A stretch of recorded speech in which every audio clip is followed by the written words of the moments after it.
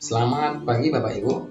Berikut kami sampaikan bagaimana penerapan atau implementasi kurikulum Merdeka yang pada tahun ajaran 2023-2024 seluruh sekolah sudah menggunakan kurikulum ini. Gambarannya sederhana, yang bisa kami sampaikan kira-kira sebagai berikut.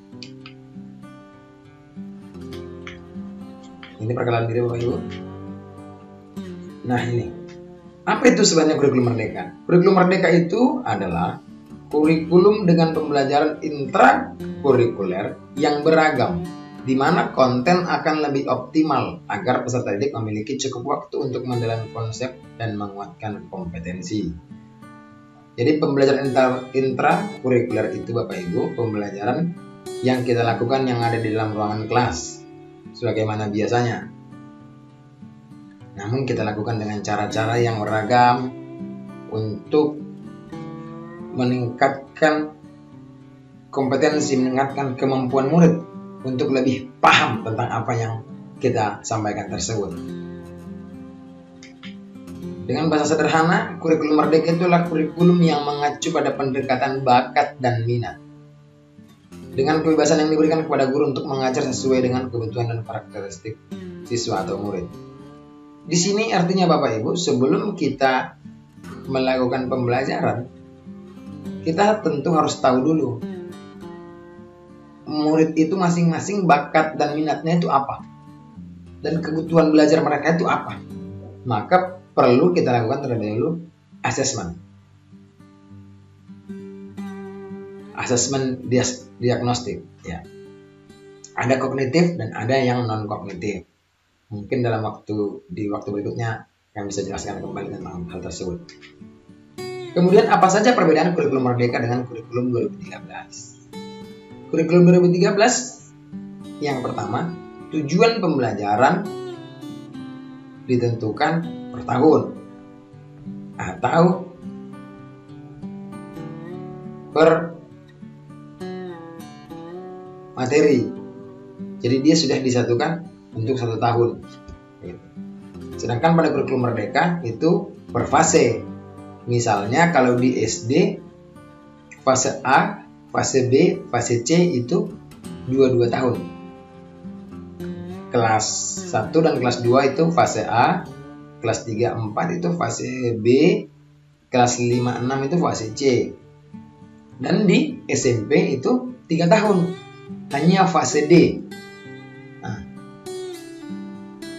untuk kelas 7, 8, dan 9. Kemudian jam pelajaran dihitung per minggu. Pada kurikulum Merdeka jam pelajaran dihitung per tahun. Kemudian capaian pembelajaran berfokus pada rumusan kompetensi yang detail dan terpisah-pisah. Sedangkan pada kurikulum Merdeka, capaian pembelajaran berfokus pada kompetensi dan materi yang esensial. Nah, ini juga perlu kami tegaskan Bapak Ibu. Jadi, capaian pembelajaran kita boleh berfokus pada materi yang esensialnya. Artinya apa yang paling penting saat ini. Terkadang Bapak Ibu, kita sudah mempelajari sampai ke misalnya tentang menganalisis cerita misalnya. Sedangkan membaca pun belum bisa anaknya begitu. Lebih bagus kita mengajar membaca dulu. Itu yang lebih esensial saat ini untuk kelas kita begitu. Jadi yang pasti tidak bisa disamakan apa yang menjadi persoalan atau kebutuhan pada murid kita dengan murid orang lain atau murid sekolah lain begitu. Kemudian pada kurikulum 13 menggunakan pendekatan tematik, sedangkan pada kurikulum Merdeka menggunakan pendekatan project based learning dengan mata pelajaran yang terintegrasi serta profil belajar Pancasila. Jadi lebih mengarah kepada projectnya dia, artinya apa yang dihasilkan, apa yang diperoleh, apa yang dipahami setelah belajar ini. Jadi basisnya ke hasil begitu, ke proyeknya. proyek itu tidak melulu harus dengan benda, tapi pemahaman, kemampuan itu juga sudah bisa dikategorikan kepada proyek. Nah, ini penggantian nama istilah pada kurikulum 13 ke kurikulum merdeka. Kira-kira sederhananya kami simpulkan begini Bapak Ibu. Supaya lebih mudah kita memahaminya, kurikulum 2013 itu namanya ini. Artinya kalau ketika kurikulum 2013 kan kita mengerti tuh apa promes, apa silabus, apa KI, RPP, KD, KKM, IPK dan lain sebagainya. Kalau dalam kurikulum merdeka, kira-kira ini dia pasangannya Bapak Ibu. Jadi promes dalam kurikulum 2013, prosem pada kurikulum merdeka. Silabus pada kurikulum 2013, alur tujuan pembelajaran pada kurikulum merdeka. Dan demikian seterusnya. RPP di kurikulum 2013, di kurikulum merdeka namanya modul ajar, begitu.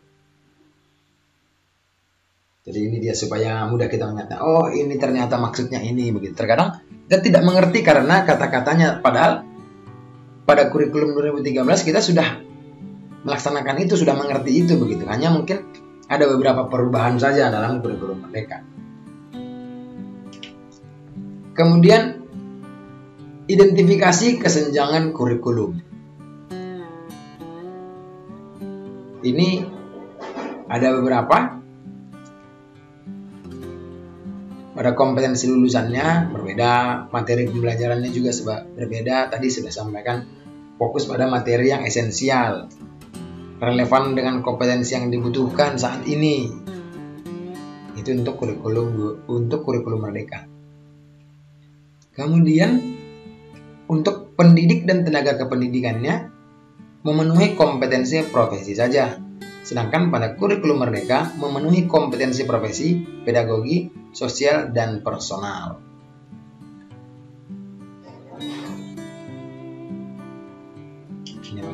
Kemudian kita masuk pada profil pelajar Pancasila. Penguatan pendidikan karakter dalam kurikulum 2013 direvisi pada zaman Bapak Muhadjir Effendi saat menjadi Menteri Pendidikan, dan penumbuhan budi pekerti pada zaman Pak Anies dengan cara dituangkan dalam RPP. Namun dalam pelaksanaan pembelajaran itu tidak terlihat secara nyata. Artinya kalau kita ingat Bapak Ibu, dalam RPP kita dalamnya ada dibuat setiap langkah-langkah pembelajaran dalam RPP, ada dibubuhkan atau bercetak tebal tentang nilai-nilai karakter atau nilai-nilai budi pekerti di dalamnya. Misalnya bertanggung jawab, bergotong royong. Namun dalam penerapannya tidak diberikan waktu secara khusus pada kurikulum 2013.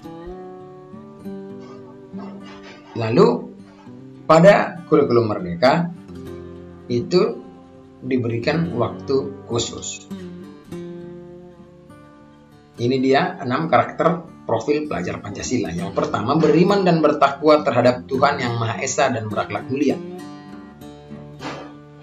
Yang kedua, berkebinekaan global, bergotong royong, kreatif, mandiri, dan bernalar kritis. Namun inti dari setiap pembelajaran adalah mencapai profil pelajar Pancasila ini. Untuk menuju profil pelajar Pancasila dilakukan dengan 4 pendekatan. Pendekatan yang pertama itu budaya sekolah, ekstrakurikuler, yang ketiga intrakurikuler, dan yang keempat P5 atau proyek penguatan profil pelajar Pancasila. Yang pertama kita bahas budaya sekolah. Budaya sekolah dan ekstrakurikuler itu sama seperti kurikulum 2013. Diberikan kebebasan kepada sekolah untuk menentukan, sedangkan untuk intrakurikuler dan P5 diberikan alokasi waktu khusus untuk melaksanakannya. Jadi dia ada Dari 4 pendekatan ini ada 2 yang sudah sesuai dengan kurikulum 13. Namun untuk intrakurikuler dan P5 ada alokasi waktu khusus dalam pelaksanaannya. Jadi alokasi khususnya itu seperti apa? Ini dia. Untuk P5 diberikan waktu dengan persentase 20 hingga 30%. Tidak berbasis capaian pembelajaran, tetapi berdasarkan tema. Apa saja temanya? Itu ada 7. Yang pertama, gaya hidup berkelanjutan, kearifan lokal, Bhinneka Tunggal Ika, bangunlah jiwa raganya, suara demokrasi, berrekayasa dan berteknologi untuk membangun NKRI, dan yang terakhir, kewirausahaan. Jadi, dalam pembuatan roster mata pelajaran di sekolah, pada kurikulum Merdeka, itu sudah dibuat di dalam roster atau dalam jadwal pelajaran, jadwal pelaksanaan P5, yang artinya ada alokasi waktu 20 hingga 30% khusus untuk pelaksanaan P5, proyek penguatan profil pelajar Pancasila, dengan tema yang dipilih dari ke-7 tema ini. Kemudian untuk intrakurikuler atau pembelajaran yang biasa kita lakukan di dalam ruangan itu, persentasenya tinggal 70 hingga 80%. Pembelajaran dengan basis capaian pembelajaran atau kompetensi dasar pada kurikulum 2013. Yang menjadi perbedaannya, pada capaian pembelajaran disampaikan dalam bentuk narasi, sedangkan pada kompetensi dasar disampaikan dengan rincian bernomor. Kalau kita ingat Bapak Ibu, KD atau kompetensi dasar pada kurikulum 2013, dia ada 1, 2, 3 begitu. Sedangkan pada kurikulum Merdeka dia dibuat dengan dalam bentuk narasi atau tulisan bercerita begitu Bapak Ibu. Itu perbedaannya dengan kurikulum 2013. Namun pada dasarnya tetap sama seperti pada kurikulum 2013. Cara penyampaiannya saja dengan bentuk narasi. Nah, pertanyaan sekarang, apa yang harus dilakukan oleh guru? Maka tugas guru saat ini sebenarnya sudah ringan Bapak Ibu. Karena apa? Dalam kurikulum Merdeka semuanya disiapkan oleh pemerintah. Kita bisa lihat dari ini https kurikulum Merdeka, atau kita buka dari PMM dengan menggunakan akun belajar ID kita. Jadi semua ada di situ, disediakan oleh pemerintah, dan kita bisa berbagi juga di sana. Kita bisa melihat teman-teman, rekan-rekan guru dari semua daerah untuk saling berbagi di sana. Termasuk juga berbagi aksi nyata,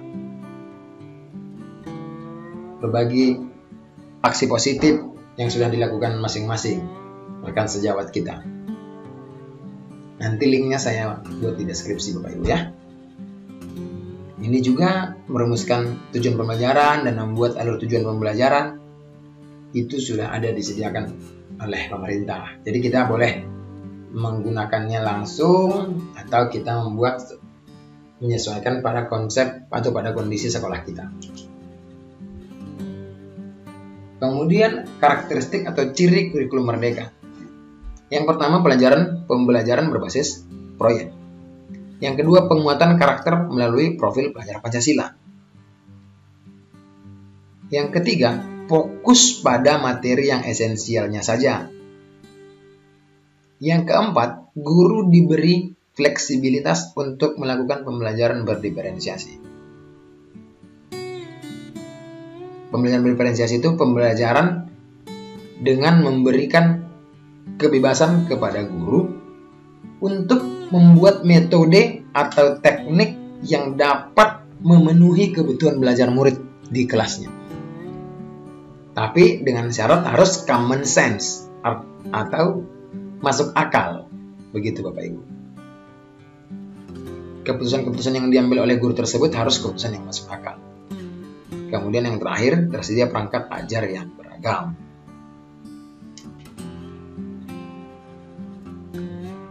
Pembelajaran berdiferensiasi. Untuk dapat menerapkan pembelajaran berdiferensiasi di kelas, hal yang harus dilakukan oleh guru antara lain: melakukan pemetaan kebutuhan belajar berdasarkan 3 aspek: kesiapan belajar, minat belajar, dan profil belajar murid.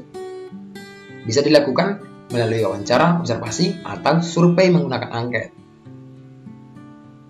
Jadi sebelum kita lakukan pembelajaran di kelas tersebut, kita harus melakukan assessment dulu melalui wawancara, observasi, atau survei. Kemudian yang kedua, merencanakan pembelajaran berdiferensiasi berdasarkan hasil pemetaan. Jadi yang sudah kita lakukan tadi pemetaan itu Bapak Ibu, itu kemudian kita pilah masing-masing, lalu kita buat model pembelajaran berdiferensiasi untuk memenuhi kebutuhan belajar murid berdasarkan hasil assessment atau pemetaan yang sudah kita lakukan. Kemudian yang ketiga, mengevaluasi dan refleksi pembelajaran yang sudah berlangsung.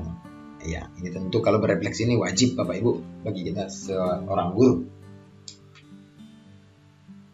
Nah, berikut sebentar lagi kami tuangkan di deskripsi link untuk profil belajar Pancasila, capaian pembelajaran, panduan pembelajaran dan asesmen, dan panduan proyek penguatan profil belajar Pancasila. Jadi itu saja Bapak Ibu. Semoga bermanfaat untuk kita semua tentang bagaimana kurikulum merdeka ini. Sekian, terima kasih.